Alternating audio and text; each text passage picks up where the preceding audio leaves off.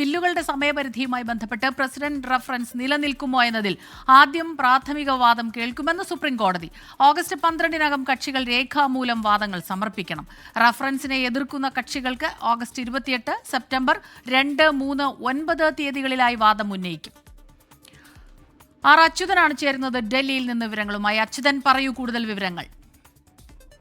അസ്മിത, ഈ ബില്ലുകളിൽ തീരുമാനമെടുക്കുന്നതുമായി ബന്ധപ്പെട്ട് രാഷ്ട്രപതിക്കും ഗവർണർക്കും സമയപരിധി നിശ്ചയിച്ചുകൊണ്ട് ജസ്റ്റിസ് JB പർദിവാല പുറപ്പെടുവിച്ച ഉത്തരവിനെതിരെയായിരുന്നു രാഷ്ട്രപതി റഫറൻസ് ഉന്നയിച്ചത്. ഇതിന്ന് ഭരണഘടനാ ബെഞ്ച് പരിഗണിക്കുകയും നിലവിൽ ഇതിനൊരു വിശദമായ വാദം കേൾക്കാനാണ് ഇപ്പോൾ തീരുമാനമെടുത്തിരിക്കുന്നത്.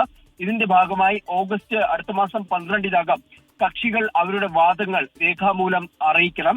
19 മുതൽ അടുത്ത മാസം 19 മുതലായിരിക്കും വിശദമായ വാദം കേൾക്കൽ ആരംഭിക്കുക.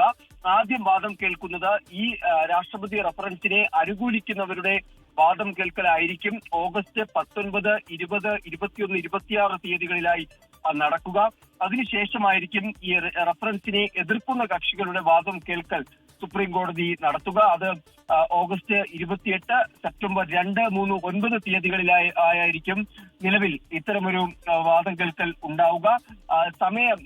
നിലവിൽ നൽകിയിരിക്കുന്ന സമയപരിധിക്കുള്ളിൽ വാദങ്ങൾ പൂർത്തിയാക്കണം എന്നാണ് സുപ്രീം കോടതി നിർദ്ദേശിച്ചിരിക്കുന്നത്. ഒപ്പം തന്നെ ഈ വിഷയത്തിൽ ഈ റഫറൻസ് നിലനിൽക്കുമോ എന്നൊരു ചോദ്യം കേരളം, തമിഴ്നാട് ഉൾപ്പെടെയുള്ള സംസ്ഥാനങ്ങൾ ചോദിച്ചിട്ടുണ്ട്. അതുകൊണ്ട് തന്നെ ഈ റഫറൻസ് നിലനിൽക്കുമോ എന്നതിൽ ഒരു പ്രാഥമിക വാദം കേൾക്കൽ ഉണ്ടാകും. അത് ഓറലി സുപ്രീം കോടതി പറഞ്ഞത് ഒരു അരമണിക്കൂർ ഇതിനായി മാറ്റിവെക്കും, അതിൽ വാദം കേൾക്കും എന്നാണ് അറിയിച്ചിരിക്കുന്നത്. എന്തായാലും ഈ അടുത്ത മാസം 19 മുതലായിരിക്കും ഈ രാഷ്ട്രപതി റഫറൻസിൽ ഭരണഘടനാ ബെഞ്ച് വിശദമായ വാദം കേൾക്കൽ ആരംഭിക്കുക.